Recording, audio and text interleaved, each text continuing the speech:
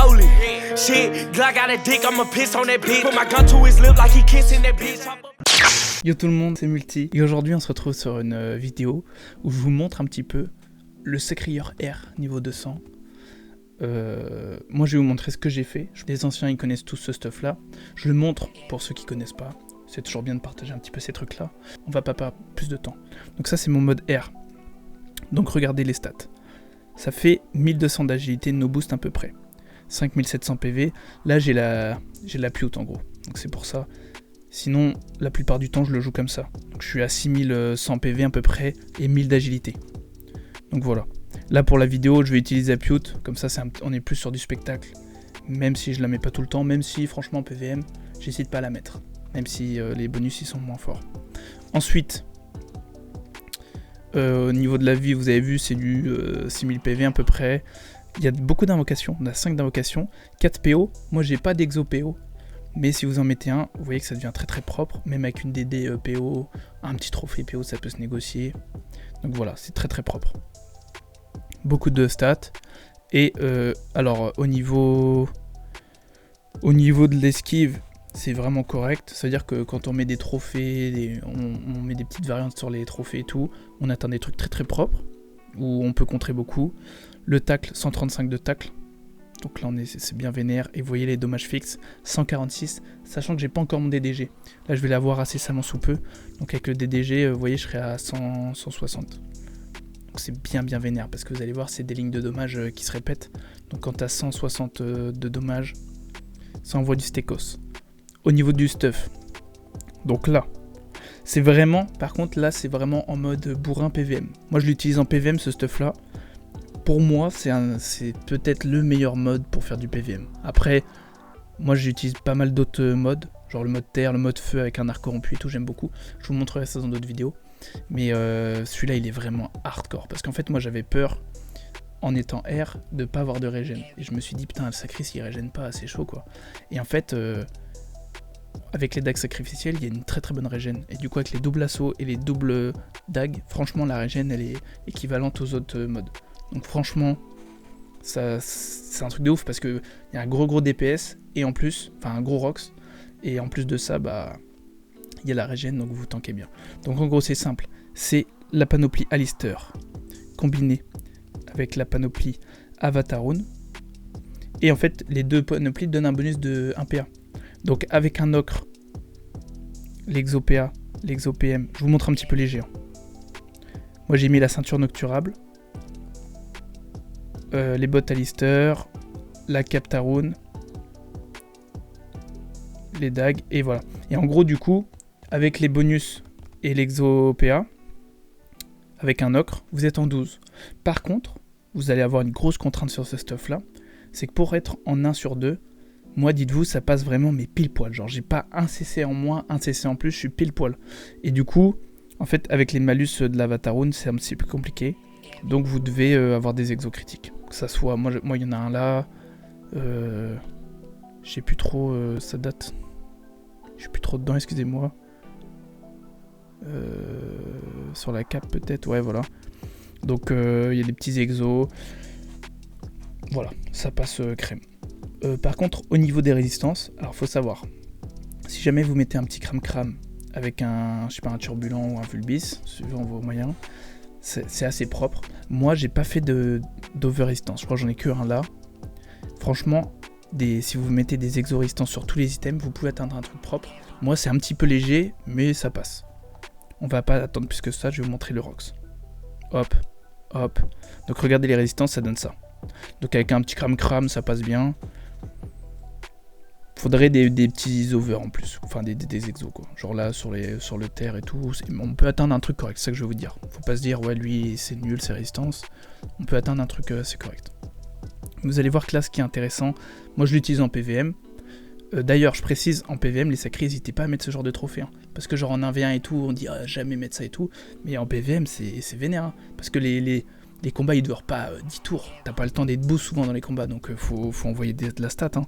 Là 1002 de stats c'est énorme. Hein. Sur un SRAM, d'ailleurs si vous pouvez mettre ce stuff là sur n'importe quelle classe, hein. Sur un SRAM, là vous atteignez 1006 d'agi dans cette zone là. Donc je vais vous montrer, je mets juste la puissance,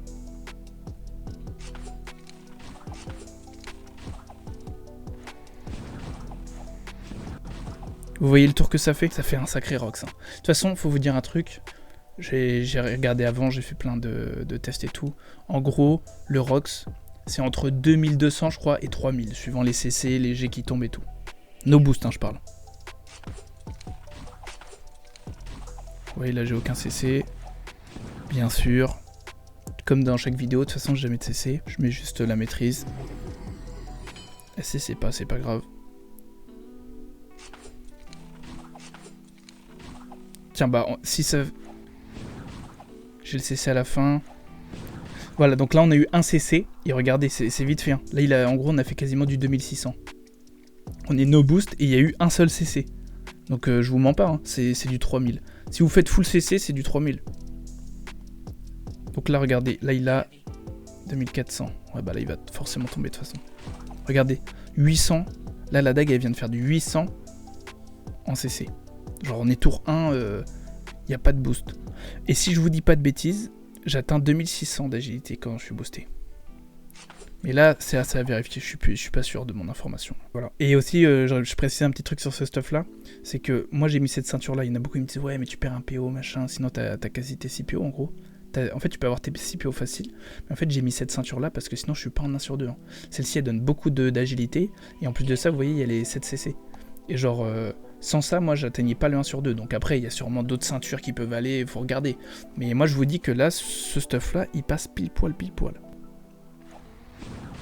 Vous voyez les assauts et tout, c'est ultra vénère. Et en gros, en PVM et tout, ça régène facile du 1000 par tour. Parce que là, on voit pas. Mais ça régène beaucoup, hein. C'est à peu près 200, 300 je crois par... faut vérifier parce que c'est vrai que je fais pas forcément gaffe. Mais en gros 200, 300 par attaque et vous le faites 4 fois. Donc ouais, c'est aux alentours de 1000 de soins à peu près tous les tours. Donc c'est vraiment... ça vous rend bien vénère quoi. Donc voilà pour ce petit stuff air. Donc si vous voulez voir les autres stuff que j'utilise le stuff feu. Un stuff feu que j'utilise. Et bah n'hésitez pas, les vidéos elles vont arriver, donc regardez dans la suggestion, toutes les vidéos elles sont mises, ou à la fin de la vidéo. Et sur ce les gars, si vous voulez voir un peu, vous êtes un sacrieur, vous savez pas trop quel élément choisir et tout, bah regardez les vidéos que j'ai faites dans chaque élément en gros, puis ça pourra vous diriger, enfin peut-être vous donner envie plus ou moins et tout. Après, moi je dis pas que le stuff air c'est pas du tout le meilleur, mais c'est vrai qu'en rocks brut comme ça, no brain, c'est super fort que vous avez vu. Ça envoie vraiment de la purée quoi.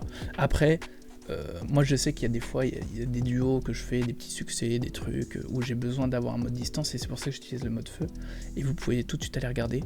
Et si vous voulez vraiment faire du 1v1, je pense, après c'est toujours mieux d'avoir un peu de tout, mais je pense que le mode terre, c'est plus abordable dans le sens où t'as des stuffs qui ont beaucoup de résistance. T'as le Sorpier du Sacrieur qui c'est super fort parce que tu peux régénérer beaucoup pour 3 PA et taper quand même pas mal. Et en plus de ça, tu peux faire des variantes genre avec un Argoten, des trucs comme ça, très facilement pour beaucoup moins cher que ce genre de mode là où ça coûte cher et c'est très efficace mais pas pour du 1v1 quoi. Parce que là, si vous partez sur du 1v1 avec ça, c'est cuit direct, je vous le dis, parce que si le gars il sait que vous êtes R, il va le voir parce qu'il va voir votre fuite. Il suffit qu'il mette des résistances fixes. Enfin, admettons, il met 50% R et 100 fixe, bah c'est mort, hein, vous tapez R que dalle. Alors que les autres modes, c'est peut-être moins anticipable, on va dire, je sais pas.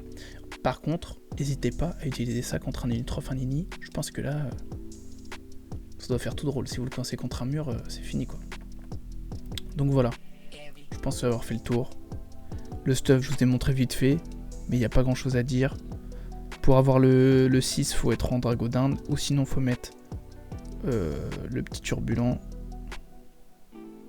Voilà, vous bougez ça, vous mettez le turbulent, et là vous pouvez mettre un cram.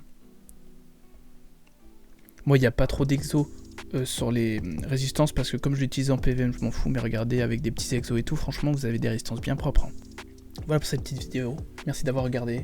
N'hésitez pas à aller regarder les autres vidéos sur mes autres modes, je vais vous les envoyer tout de suite. Enfin tout de suite, ça va arriver incessamment sous peu. Donc sur ce...